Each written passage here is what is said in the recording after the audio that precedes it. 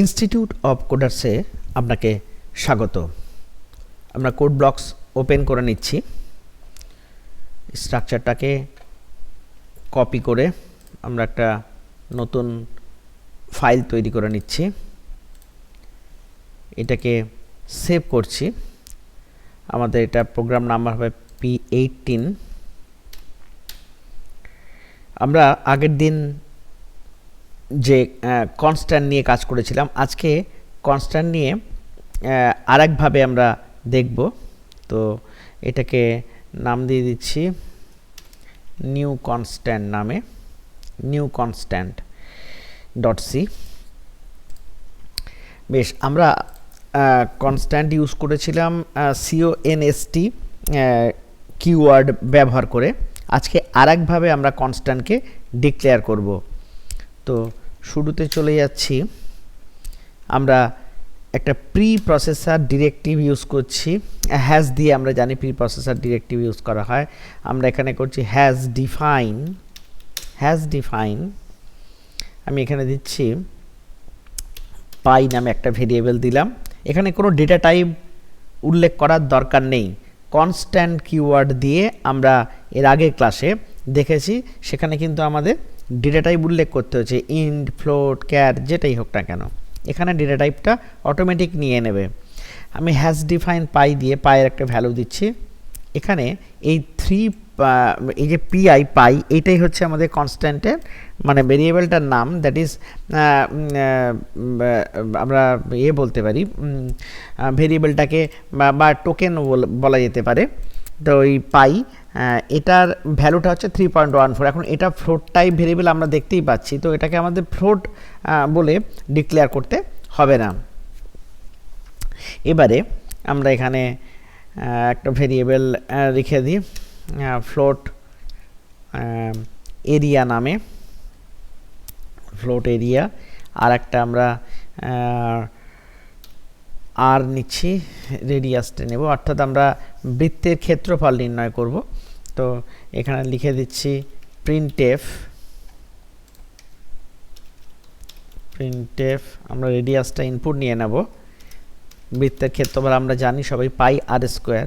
তো enter radius scan F করে নিচ্ছি, %f দিচ্ছি। আমাদের ফ্লোট টাইপ ভেরিয়েবল আর $r। এবারে আমরা এরিয়াটাকে ক্যালকুলেট করছি। এরিয়া ইকুয়ালস টু আমাদের PI, এই যে পাই মানে যে ভেরিয়েবলটা যেটা কনস্ট্যান্ট আমরা হ্যাশ ডিফাইন দিয়ে ডিক্লেয়ার করেছি, পাই ইন্টু আর। এবার এরিয়াটা আমরা প্রিন্ট করে নেব, printf area equals to %f কমা দিয়ে এরিয়া, এবার এখানে ক্লোজ করছি। তাহলে এই হচ্ছে আমাদের প্রোগ্রাম। কি হচ্ছে তাহলে, পাইটাকে আমরা ভ্যালু দিয়ে দিচ্ছি, অর্থাৎ পাইটা কনস্ট্যান্ট, পাই ভেরিয়েবলটা এখানে কনস্ট্যান্ট নিচ্ছে 3.14। আমরা সেটাকেই এটাকে ডিক্লেয়ার করছি কোথায়, মেন ফাংশনের আগে প্রি প্রসেসর ডিরেক্টিভ হিসাবে। আমরা জানি হ্যাশ দিয়ে, কারণ আমরা প্রি প্রসেসর ডিরেক্টিভ নিয়ে আগে বলেছি, হ্যাজ ইনক্লুড stdio.h, এগুলো আমরা অনেক আগে ক্লাসে বলেছি। তো এবারে রেডিয়াসটা নেব, রেডিয়াসটা নিয়ে এই পায়ের ভ্যালুটা 3.14টা এখানে অটোমেটিক্যালি স্বয়ংক্রিয়ভাবে চলে আসবে। তো আমরা দেখব, আমরা রান করছি এখানে।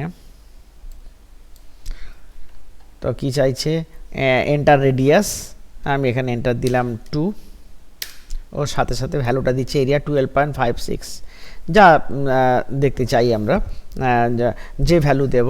আমি আরেকবার রান করাচ্ছি। এখানে আমরা রেডিয়াসের ভ্যালু দিচ্ছি 5, ভ্যালু চেঞ্জ হয়ে যাচ্ছে এরিয়ার।